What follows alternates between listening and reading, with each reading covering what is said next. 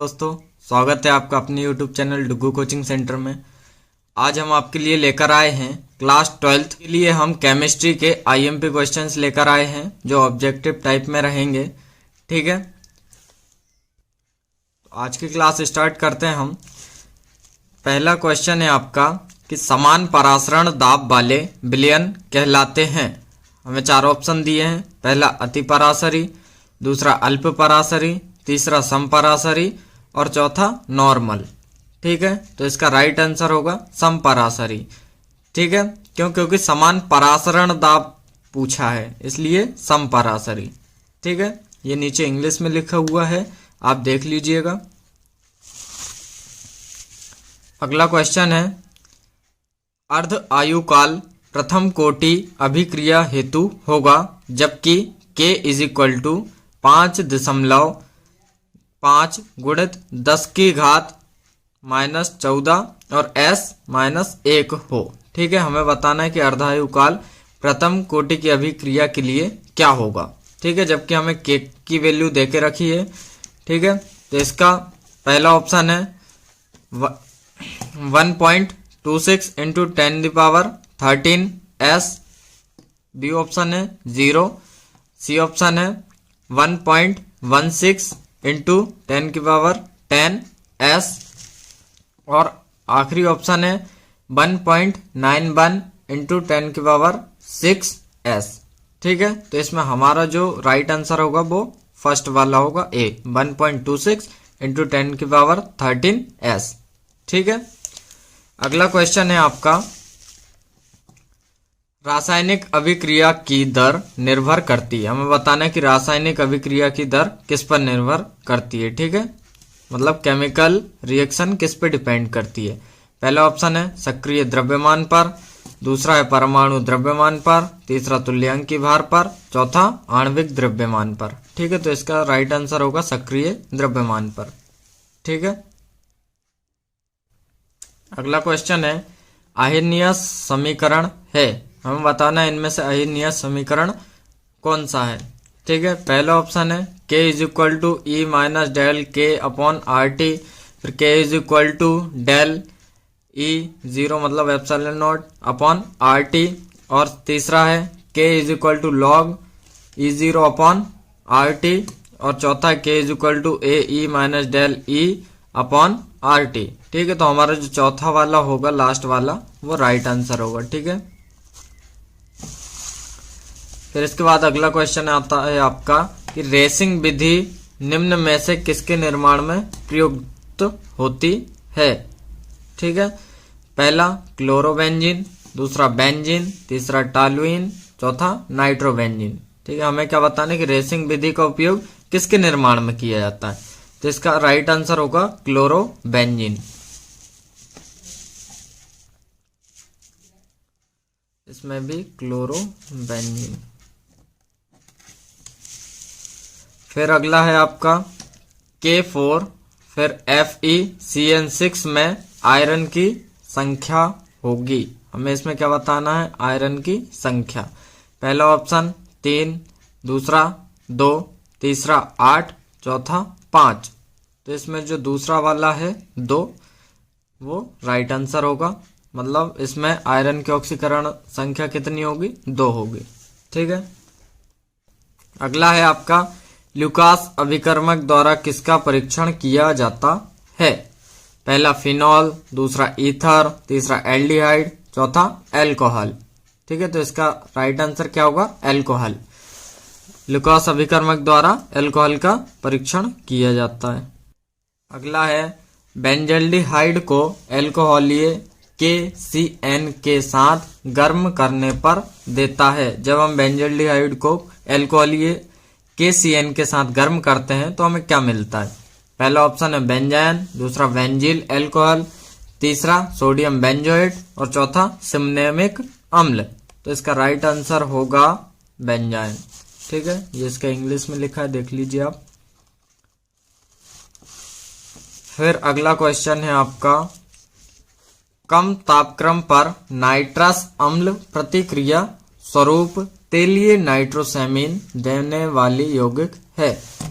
पहला मैथिलेमिन, दूसरा डाइमेथिलेमिन, तीसरा ट्राइमेथिलेमिन और चौथा है ट्राइमेथिल एमिन। ठीक है, तो इसका राइट आंसर होगा डाइमेथिल एमिन, सेकंड वाला। ठीक है, फिर अगला है मस्टर्ड तेल, मतलब मस्टर्ड ऑयल जो है अभिक्रिया का मुख्य उत्पाद है, मतलब कौन सी अभिक्रिया का मुख्य उत्पाद है। ठीक है, पहला एल्किल थायोसाइनेट, दूसरा एल्किल साइनाइड, तीसरा एल्किल आइसी थायोसाइनेट, एल्किल आइसी थायोसाइनेट। ठीक है, चौथा है पी नाइट्रोफिनॉल। ठीक है, तो इसका राइट आंसर क्या होगा, एल्किल आइसी थायोसाइनेट। ठीक है, अगला क्वेश्चन है आपका मीरबेन का तेल है एनिलीन, दूसरा नाइट्रोबेंजीन, तीसरा पी नाइट्रो एनिलीन और चौथा पी एमिनो एजोबेंजीन। तो इसका राइट आंसर होगा नाइट्रोबेंजीन। ठीक है, मीरबेन का तेल क्या है, नाइट्रोबेंजीन।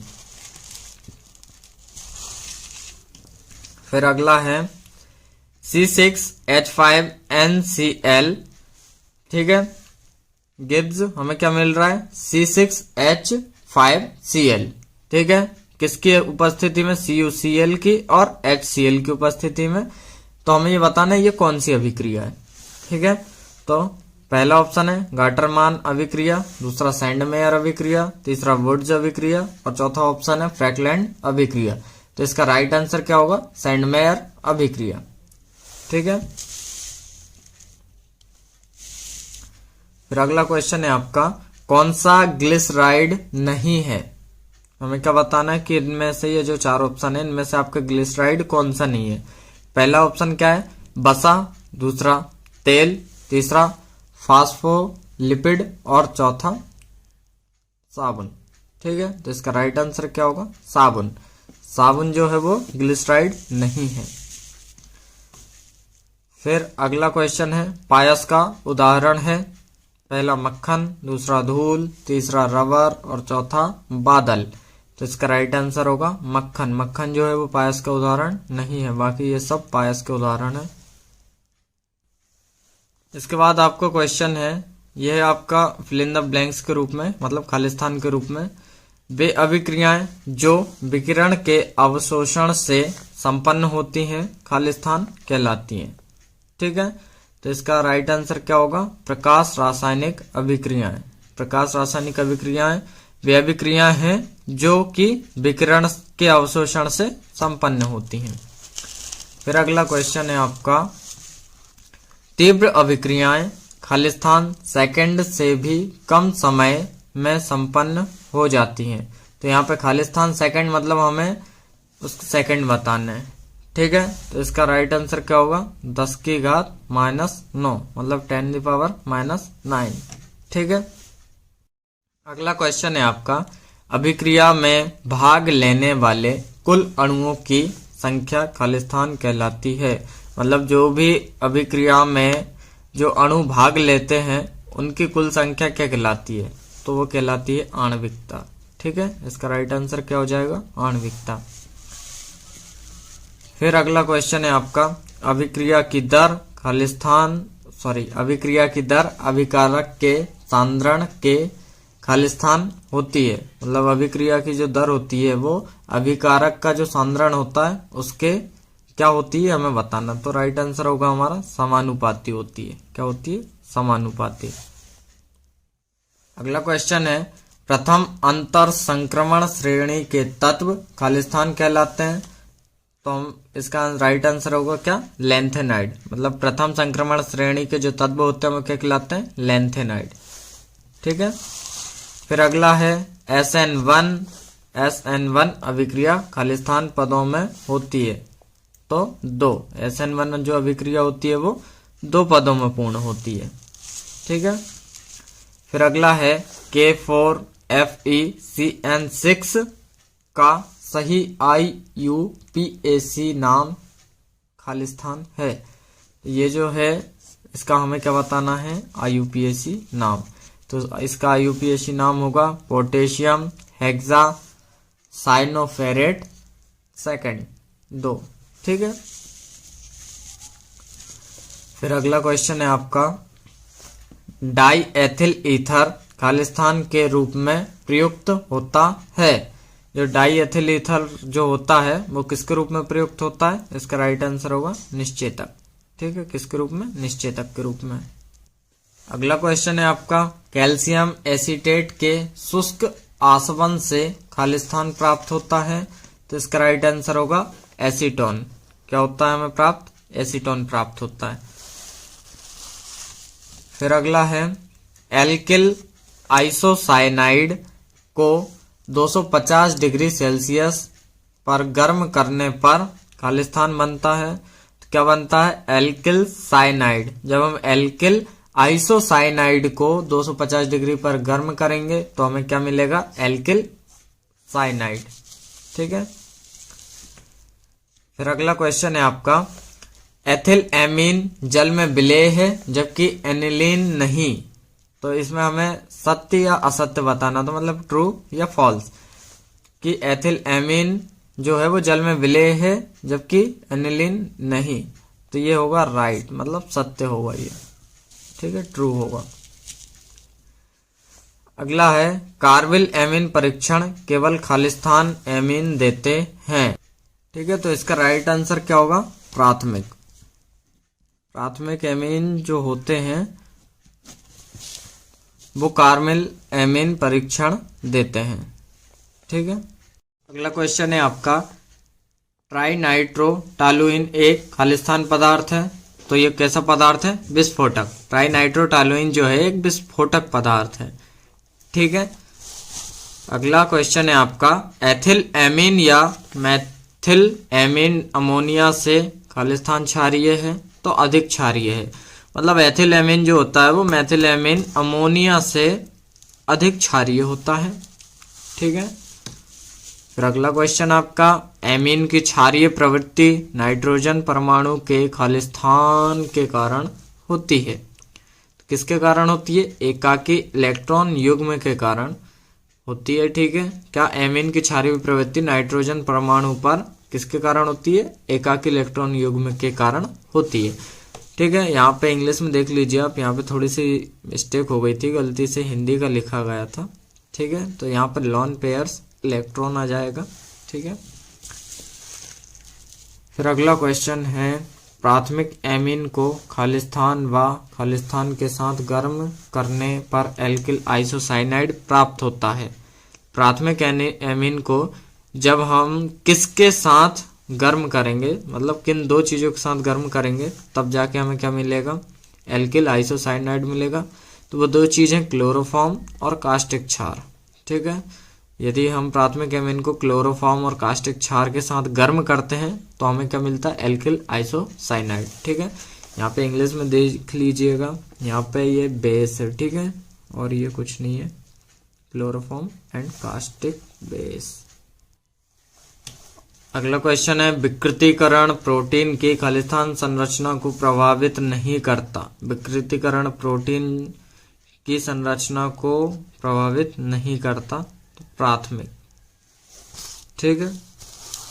अगला है, प्रोटीन खालिस्तान का बहुलक है। तो प्रोटीन किसका बहुलक है? एमिनो अम्लों का। किसका? एमिनो अम्लों का बहुलक है। फिर अगला क्वेश्चन है आपका, हीमोग्लोबिन आयरन का खालिस्तान यौगिक है। ठीक है, किसका यौगिक है? संकुल। इसका राइट आंसर क्या होगा? संकुल का यौगिक है। हीमोग्लोबिन आयरन का यौगिक संकुल। अगला और लास्ट क्वेश्चन है, जंतुओं एवं पौधों से प्राप्त तेल व वसा खालिस्तान कहलाते हैं। तो ये कहलाते हैं लिपिड। ठीक है, क्या? लिपिड। लिपिड जो होते हैं वो हमें जंतुओं और पौधों से प्राप्त तेल और वसा जो है वो होते हैं। ठीक है, वो कहलाते हैं लिपिड। ठीक है, तो ये जो आज की क्लास थी हमारी, ये थी 12th के लिए और खासकर केमिस्ट्री के स्टूडेंट्स के लिए। ठीक है, कौन से स्टूडेंट्स के लिए? केमिस्ट्री के लिए ये क्लास थी जिसमें हमने आपको ऑब्जेक्टिव टाइप्स क्वेश्चंस बताए। ठीक है, तो हमने आपको फिल इन द ब्लैंक्स और टिक द करेक्ट के फॉर्म में बताए हैं। आपको जरूरी नहीं है कि इसी फॉर्म में आए जिस फॉर्म में हमने आपको बताए हैं, मतलब फिल इन द ब्लैंक्स और टिक द करेक्ट के फॉर्म में। आपको ये किसी भी फॉर्म में पूछ लिया जाएगा, जैसे कि ट्रू फॉल्स या मैच द कॉलम, इसमें भी आपको ये क्वेश्चंस आ सकते हैं। ठीक है, तो आज की क्लास कैसी लगी आपको हमें कमेंट करके जरूर बताएं, और आपको किसी भी सब्जेक्ट से कोई भी समस्या हो तो हमें कमेंट करके बताएं, हम आपकी उस समस्या का समाधान करने की संपूर्ण कोशिश करेंगे। ठीक है, और हमारे चैनल को सब्सक्राइब करें, वीडियो को लाइक करें। धन्यवाद।